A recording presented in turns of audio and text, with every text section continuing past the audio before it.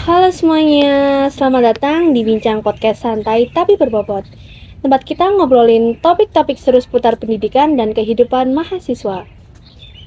Kamu pernah ngerasa nggak sih nilai IPK tinggi, tapi masih bingung ditanya bisa apa?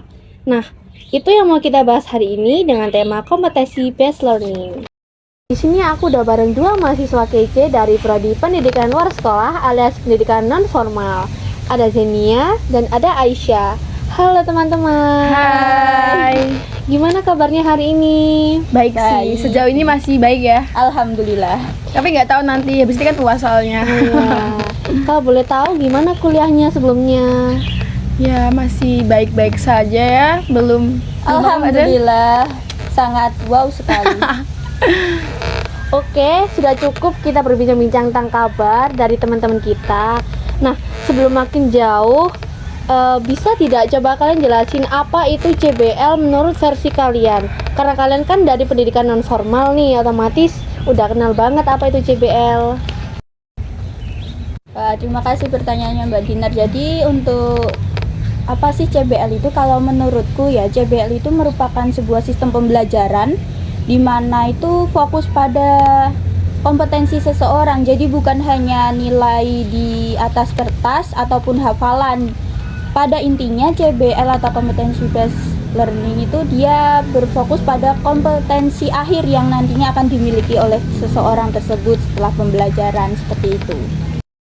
Setuju banget sih tadi yang dibilang Mbak Zenia juga, karena CBL itu kan pendidikan non formal banget kan, karena dia yang fleksibel dan praktis juga. Jadi contohnya itu misalnya kayak pelatihan keterampilan, terus ada pelatihan menjahit, terus juga ada yang kayak pelatihan bikin konten, pelatihan parenting.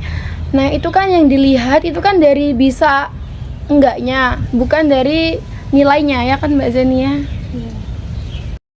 Itu tadi penjelasan dari teman-teman kita menarik banget ya. Bisa dibilang CBL ini itu semacam pendidikan berbasis aksi, yang dimana kalau kita belajar itu buat bisa melakukan sesuatu, nggak cuman sekedar mengingat saja gitu kan.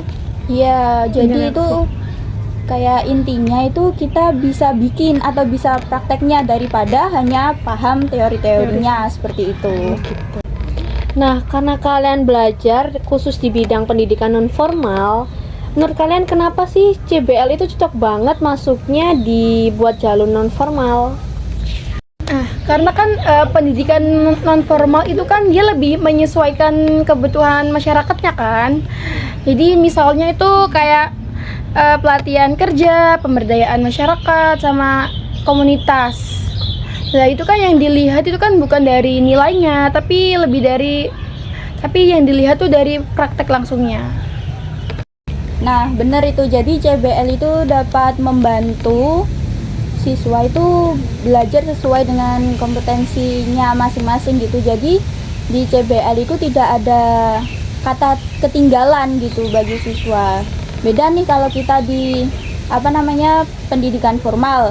Kalau di sana kan pasti ada target kan. Kalau kita nggak bisa menuhin targetnya, pasti kita akan remedi gitu. Kalau dipakai sistem kompetensi based learning itu kita jadinya kayak lebih personal aja gitu. Jadi sesuai dengan target atau kompetensi yang mereka inginkan gitu. Oh, jadi gitu ya penjelasannya. Menurut aku ini menarik banget ya, karena kebanyakan orang itu berpikir kalau belajar itu harus memakai seragam. Kan itu pasti semua orang itu nggak berkembang dengan cara yang sama. Ya, gitu. betul banget sih, karena nggak semua orang tuh kan punya latar belakang yang sama kan. Jadi CBL ini lebih ngebantu kita biar kayak lebih inklusif gitu. Itu tadi kan ada penjelasan singkat CBL dari teman-teman kita. Nah, sekarang aku pengen tahu nih. Aku pengen dengar cerita pribadi kalian selama kuliah di waktu sekarang. Kalian udah pernah nggak sih kayak turun langsung ke lapangan? Kalau sudah pernah, coba ceritain dong gimana kayak pengalaman kalian waktu penerapan CBL itu tadi. Oh, ya.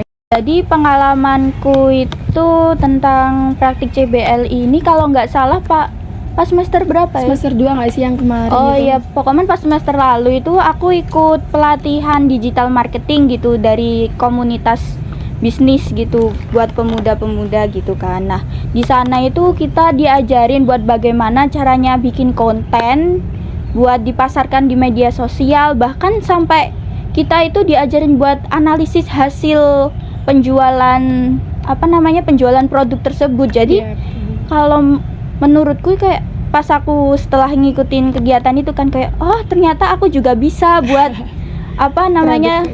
iya, terus mau kayak digital marketing gitu kan. Nah, kayak jadi oh gini gitu CBL Learning kayak kita itu emang dinilai dari hasilnya gitu, bukan hanya dikasih teorinya aja gitu. Jadi ya keren sih, kayak menurutku langsung kita itu bisa mempraktikkannya langsung nantinya gitu ya.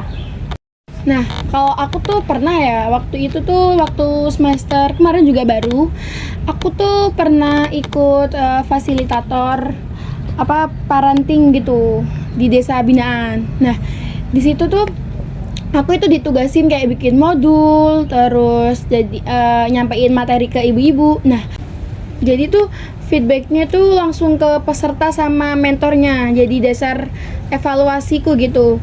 Nah, di situ tuh aku belajar bahwa belajar tuh nggak soal dari kompeten dan juga soal ingin tahu gitu, tapi juga kita bisa menyampaikan dengan baik dan relevan buat audiens yang berbeda-beda. Tapi kalau menurut kalian, kenapa gitu masih banyak mahasiswa yang belum aware sama konsep JBL tadi?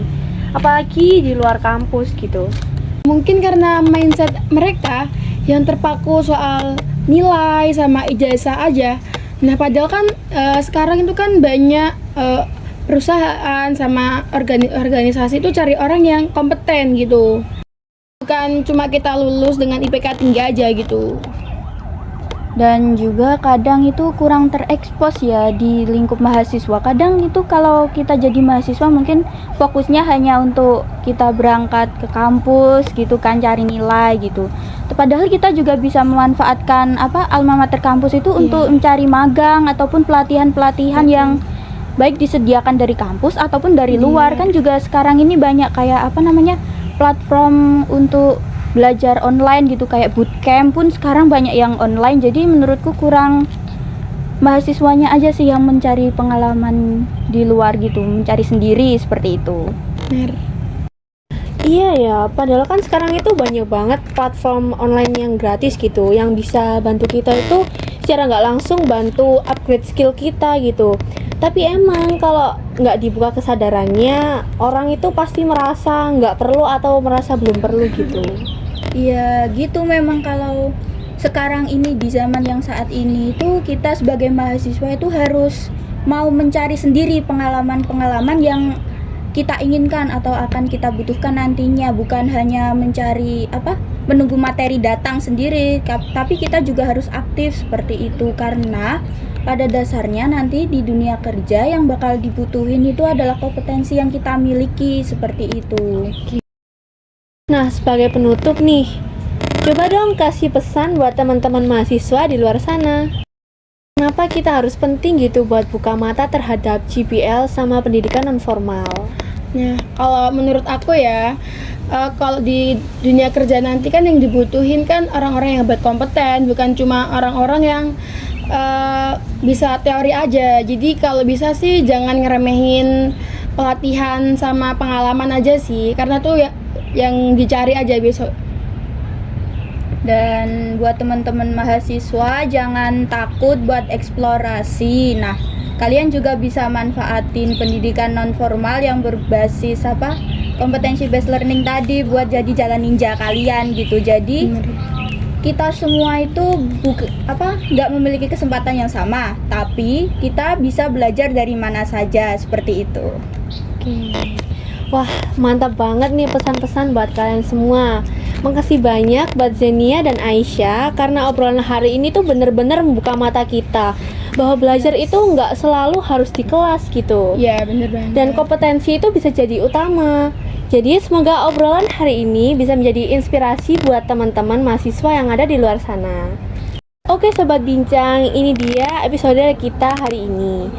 Kalau kalian suka dan merasa tercerahkan, Jangan lupa share ke teman-teman dan stay tune untuk obrolan yang menarik lainnya. Jangan lupa ya bahwa kompetensi itu bukan sesuatu yang kita dapat secara tiba-tiba, tapi kita dapat dari hasil dari proses yang kita bangun selama ini. Jadi yuk mulai sekarang kita lebih aktif, lebih terbuka, dan lebih berani untuk mencoba hal-hal yang baru. Karena dunia di luar sana itu menunggu kamu yang kompeten, bukan cuma yang hafal teori saja.